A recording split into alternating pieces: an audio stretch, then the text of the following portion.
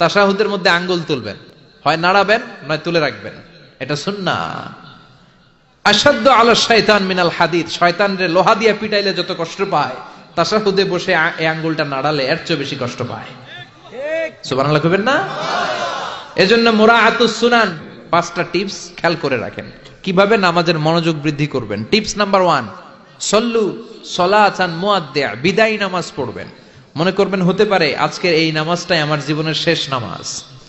এখন বাজে 10:30, আপনাকে বলা হলো আজ রাত 1টার দিকে আপনার জীবনের হায়াত ফুরিয়ে যাবে, চলে যাওয়া লাগবে না? আমাদের থাকতে পারবো আমরা? চলে যাওয়া লাগবে। রাত 1টায় মালাকুল মাউত চলে এসে রূহ কবজ করে নিয়ে যাবে। আর 1.5 ঘন্টা আপনার হাতে সময়। এই 1.5 ঘন্টায় আপনি নামাজ রোজা যা পারেন করে নেন, আপনার হুঁশ থাকবে? কথা কন। 1.5 ঘন্টা পরে আপনার মরণ। আপনি তাড়াতাড়ি করে ওযু করে আসবেন, যায় নামাজে দাঁড়াবেন, মনে মনে ভাববেন আজকে জনমের মতো মাফসাম আল্লাহর কাছে, আকাম কুকাম যা করছি সব কাইন্দা একেবারে মাফ করায় ফেলাম আল্লাহর কাছে, ঠিক কি না? সেদিন আপনি ওযু করবেন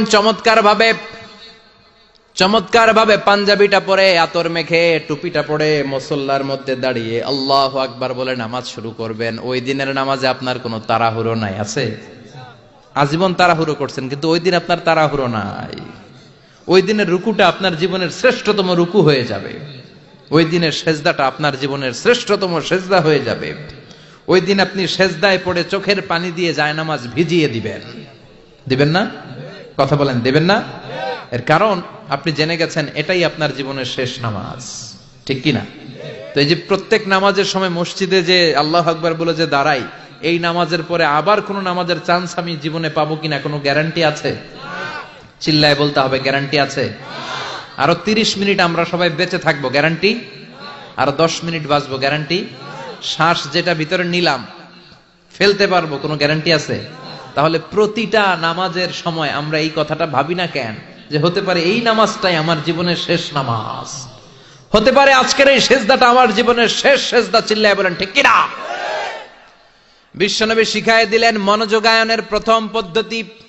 নামাজে মনোযোগ থাকে না, মনোযোগ যদি বাড়াতে চাও ভাবো এটাই হতে পারে জীবনের শেষ নামাজ। সল্লু সালাতান মুআদ্দি, পারফর্ম দ্য সালাহ as if this is your last and final prayer. এমন ভাবে নামাজ পড়ো মনে করো এটাই হতে পারে জীবনের শেষ নামাজ। আজকে থেকে প্রত্যেকবার আল্লাহু আকবার বলার সময় এটা ভাবতে পারবো না আমরা যে হতে পারে এই নামাজটা আমার শেষ নামাজ? এই চিন্তাটা মাথার মধ্যে রাখার দরকার আছে না নাই? সাইয়েদনা আলী রাদিয়াল্লাহু তাআলা আনহু, উনি যখন নামাজে দাঁড়াতেন দিন দুনিয়ার হুঁশ থাকতো না। উনার পায়ের মধ্যে জিহাদের ময়দানে তীর ঢুকেছে। তীর বের করতে গেলেই চিৎকার মারে, কাউরে তীর ধরতে দেয় না। বিশ্বনবী বললেন, বেলাল আকিমিস সালাহ, নামাজের একামত দাও। নামাজ শুরু করার আগে এক সাহাবীরে বললেন, নামাজের মাঝখান দিয়ে যে তুমি আলীর পা থেকে টেনে তীর বের করবে, কারণ আমি জানি আমার মেয়ের জামাই আলী যখন নামাজের যায় নামাজে দাঁড়ায় দিন দুনিয়ার কোনো হুঁশ আলীর আর থাকে না। একামত হল আল্লাহু আকবার, আল্লাহু আকবার। বিশ্বনবী নামাজ শুরু করলেন, রুকু দিলেন, সিজদা দিলেন। দ্বিতীয় রাকাতের জন্য যখন দাঁড়ালেন, বিশ্বনবীর কথা মতো এই সাহাবী যে কাতারের মাঝখানে সাইয়েদনা আলীর পা থেকে গায়ে যত জোর ছিল টান মেরে তীর বের করেছে, ফিনকে দিয়ে রক্ত বের হয়েছে। সাইয়েদনা আলী মুহূর্তের জন্য টের পায় নাই। নামাজ শেষ, সালাম ফিরালেন, তাকিয়ে দেখে পায়ে তীর নাই, চারদিকে শুধু রক্তের বন্যা। বিশ্বনবী বললেন, ও আলী চিন্তা করো না, আমার কথা মতো এক সাহাবী তোমার পা থেকে তীর বের করেছে। আমি জানি যখন তুমি নামাজের মুসল্লায় দাঁড়িয়ে যাও তোমার মনটা দুনিয়ায় থাকে না, তোমার মনটা আল্লাহর আরশের দিকে চলে যায়। তোমার নামাজের মধ্যে খুশু খুদু এত বেড়ে যায়, আখিরাতের কথা এত তোমার স্মরণ হয়ে যায়, নামাজের মধ্যে তোমার পায়ের তীর টেনে বের করেছে, 1 সেকেন্ডের জন্যও তুমি টের পাও নাই রে আলী। সুবহানাল্লাহ। উনি মনে করতেন এটাই জীবনের শেষ নামাজ। সাহাবারা যখন মরুভূমিতে নামাজ পড়তে দাঁড়াতেন, আকাশের পাখিগুলো এসে সাহাবাদের মাথার মধ্যে বসে যেত। মরুভূমির পাখিগুলো মনে করতে এগুলো খেজুর গাছ। কি মনে করে বসতো? কথা বলে না, জোরে কন। আছে, এলাকা আছে খেজুরের রস হয়? হ্যাঁ হইছে? খাইছেন? পাখিগুলি মনে করতে এগুলো খেজুর গাছ, কারণ সাহাবারা নড়ে না, চড়ে না, ডানে বায়ে তাকায় না। খেজুর গাছ যেমনি ঠায় দাঁড়িয়ে থাকে, সাহাবারা ঠায় দাঁড়িয়ে থেকে নামাজ পড়তেন। চিল্লায় এখন আল্লাহু আকবার। তাহলে মনোযোগ বৃদ্ধির 1 নাম্বার পদ্ধতি, মুসল্লায় যখন দাঁড়াবো ভাববো এটাই আমার জীবনের শেষ নামাজ, এরপরে হয়তো নামাজের সুযোগ নাও পেতে পারি, ঠিক কিনা? 2 নাম্বার পদ্ধতি হলো নামাজের মধ্যে আহকাম এবং আরকান গুলো ধীরস্থির ভাবে আদায় করতে হবে, তাড়াহুড়ো নামাজের মধ্যে করা যাবে না। আমাদের হানাফি মাযহাবে তা'দিলুল আরকান এটা ওয়াজিব। রুকুনগুলো আদায় করার সময় ধীরস্থির ভাবে আদায় করা, এটা হানাফি মাযহাবে কি ওয়াজিব। চিল্লায় বলেন, এটা কি ওয়াজিব। তরক করলে কি করতে হয়? হ্যাঁ, সহু সেজদা দিতে হয়। কিন্তু অন্যান্য মাযহাবে এটা ফরজ, এটা বাদ দিলে আপনার নামাজই হবে না, তাড়াহুড়ো করলে নামাজই হবে না। বিশ্বনবী দেখলেন মসজিদে নববীতে এক সাহাবী নামাজ পড়ে, নামাজ শেষে নবীর কাছে আসলে বিশ্বনবী বললেন, সল্লি ফাইন্নাকা লাম তুসল্লি, নামাজ পড়ো কারণ তোমার নামাজ হয় নাই। সাহাবী আবার পড়লেন, আবার আসলেন, বিশ্বনবী বললেন, সল্লি ফাইন্নাকা লাম তুসল্লি, নামাজ পড়ো তোমার নামাজ হয় নাই। সাহাবী আবার নামাজ পড়ে আবার নবীর কাছে আসলেন, বিশ্বনবী বললেন, সল্লি ফাইন্নাকা লাম তুসল্লি, নামাজ পড়ো নামাজ হয় নাই। এবার সাহাবী এসে বলে, ও নবী 3 বার পড়লাম, নামাজ আমার হয় না, এর চেয়ে ভালো নামাজ আমি পড়তে জানি না। বিশ্বনবী বললেন, তাহলে আসো আমি শিখাইয়া দেই। যখন নামাজে দাঁড়াবা ধীরস্থির ভাবে দাঁড়াবা, রুকুতে যখন যাবা পিঠটারে টান টান করে সোজা করে দিবা। বিশ্বনবী যখন রুকু দিতেন বিশ্বনবীর পিঠটা একেবারে স্ট্রেট ফরওয়ার্ড। সাহাবারা বলতেন বিশ্বনবীর রুকু দেওয়া পিঠের উপরে যদি পানি ভর্তি একটা গ্লাস রেখে দেওয়া হয়, পানিগুলা কাঁপবে না, গ্লাসটাও পড়বে না। সুবহানাল্লাহ। তার মানে বিশ্বনবীর রুকুর পিঠটা কেমন ছিল? Straight forward. বিশ্বনবী বলেন, রুকু থেকে দাঁড়াবা ধীরস্থির ভাবে দাঁড়াও, আবার সেজদায় গেলে ধীরস্থির ভাবে যাও। আমাদের দেশে অনেকে রুকু থেকে কোন রকম মাথাটা তুলে আবার সেজদায় দৌড় মারে, আছে না নাই? লক্ষ্মীপুরে নাই, এদিকেও আছে। 2 সেজদার মাঝখানে ধীরস্থির ভাবে বসা হচ্ছে ওয়াজিব। অনেকে এক সেজদা থেকে কোন রকম মাথাটা একটু উপরের দিকে উঠিয়ে আরেক সেজদায় মুরগির মতো ঠোকর মারে, এরকম তো এদিকে নাই না? আবার অনেকে ইমাম সাহেবের আগে দৌড় মারে, আছে না নাই? ইমাম সাহেব সামি আল্লাহু লিমান হামিদা বলে দাঁড়াইছে, ওনার আর সহ্য হয় না, উনি আগে সেজদা দিবে, কিন্তু ইমামের আগেও যাইতে পারে না, মাঝখানে যাইয়া হ্যাং হয়ে থাকে, আছে না নাই?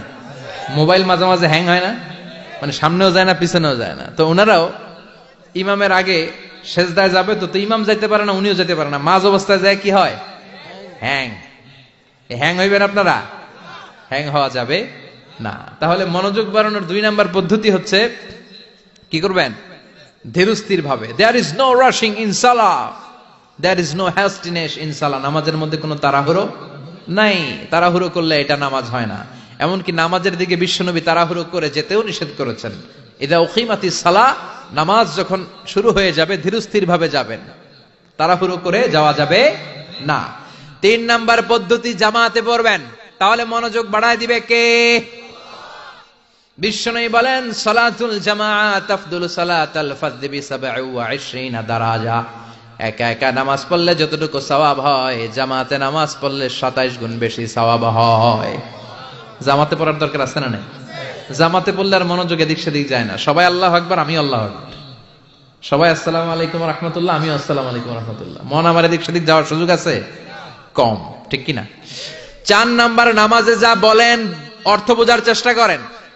আমরা সালাতে যেটা বলি এটার অর্থ বুঝি না। আমরা প্রতিদিন বলি আলহামদুলিল্লাহি রাব্বিল আর রহমানির মালিকি, আবার বলি সামি আল্লাহু লিমান হামিদা, কি কইলাম বুঝি নাই। সুবহান রাব্বিয়াল আলা মানে কি জানি না। আত-তাহিয়াত লিল্লাহি ওয়াস সালাওয়াত ওয়াত তাইয়্যিবাত অর্থ কি জানি না। এজন্য সালাতে যা বলেন এটা বুঝে বুঝে বলার চেষ্টা করেন। অ্যাট লিস্ট সালাতে যেটা আপনি পড়েন এটার অর্থটা শিখার চেষ্টা করেন, তাহলে বললে হৃদয়ের মধ্যে টাচ লাগবে, অন্তরে দরদ লাগবে, চিৎকার করে বলেন ঠিক কি না?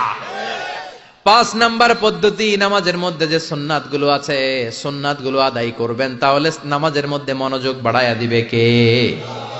হাত তোলা সুন্নাত তোলেন। রাফউল ইয়াদাইন যদি করেন, অভ্যাস যদি থাকে, বারবার হাত তোলা তুলেন, প্রতিবার তুললে 10টা করে সওয়াব। আমিন বলবেন, যে মসজিদে জোরে জোরে বলেন, আস্তে তো আস্তে বলেন, কিন্তু বইলেন বলার দরকার আছে না নাই? বিশ্বনবী বললেন, ইদা আম্মানাল ইমাম আমিনু, ইমাম যখন আমিন বলে তোমরাও আমিন বলো, কারণ তোমরাও যখন আমিন বলো ফেরেশতারাও আমিন বলে। তোমাদের আমিন ফেরেশতাদের আমিন যখন মিলে যায় তোমাদের জীবনের সব গুনাহ মাফ করে দেয় কে? এজন্য আমিন জোরে কোন বাস্তে কোন বলবেন, এটা ছাড়বেন না। তাশাহুদের মধ্যে আঙ্গুল তুলবেন, হয় নাড়াবেন নয় তুলে রাখবেন, এটা সুন্নাহ। আশাদ্দু আলা শাইতান মিনাল হাদিদ, শয়তানরে লোহা দিয়ে পিটাইলে যত কষ্ট পায় তাশাহুদে বসে এই আঙ্গুলটা নাড়ালে এর চেয়ে বেশি কষ্ট পায়। সুবহানাল্লাহ কইবেন না? এজন্য মুরাআতুস